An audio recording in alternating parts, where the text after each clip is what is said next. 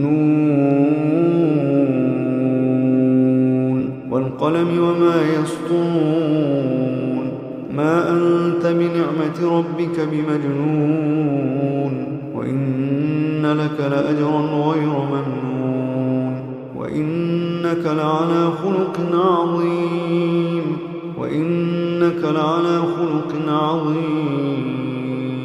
فستبصر ويبصرون بأيكم المفتون إن ربك هو أعلم بمن ضل عن سبيله وهو أعلم بالمهتدين فلا تطع المكذبين ودوا لو تدهن فيدهنون ولا تطع كل حلاف مهين هماز مشاء بنميم مناع للخير معتد أثيم عتل بعد ذلك زنيم أن كان ذا مال وبنين إذا تتلى عليه آياتنا قال أساطير الأولين سنسمه على الخرطوم إنا بلوناهم كما بلونا أصحاب الجنة إذ أقسموا ليصرمنها مصبحين ولا يستثنون فطاف عليها طائف من ربك وهم نائمون فأصبحت كالصريم فتنادوا مصبحين أن اغدوا على حرثكم إن كنتم صارمين فانطلقوا وهم يتخافتون ألا يدخلنها اليوم عليكم مسكين وغدوا على حرد قادرين فلما رأوها قالوا إنا لضالون بل نحن محرومون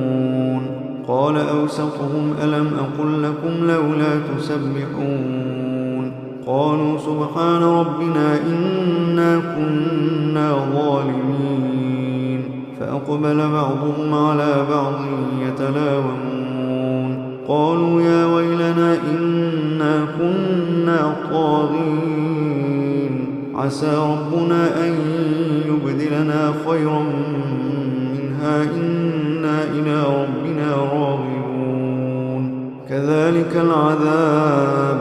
كذلك العذاب ولعذاب الآخرة أكبر لو كانوا يعلمون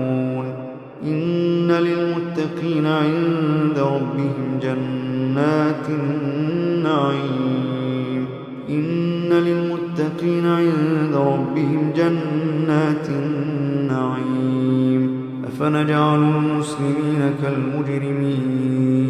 أفنجعل المسلمين كالمجرمين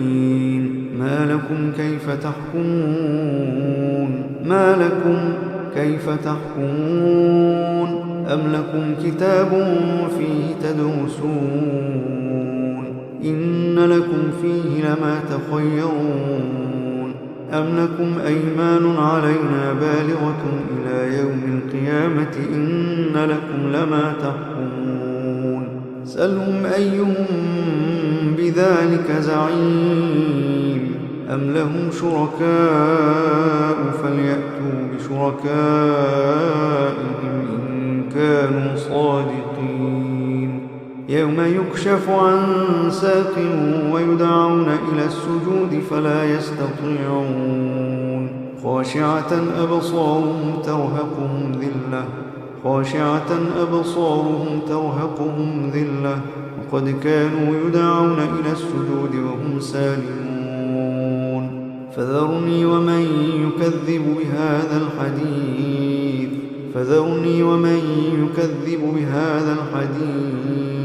سنستدرجهم من حيث لا يعلمون وأملي لهم إن كيدي متين أم تسألهم أجرا فهم من مغرم مثقلون أم عندهم الغيب فهم يكتبون فاصبر لحكم ربك ولا تكن كصاحب الحوت إذ نادى وهو مكظوم لولا أن تداركه نعمة من ربه لنبذ بالعراء وهو مذموم فاجتباه ربه فجعله من الصالحين وإن يكاد الذين كفروا ليزلقونك بأبصارهم لما سمعوا الذكر ويقولون إنه لمجنون وما هو إلا ذكر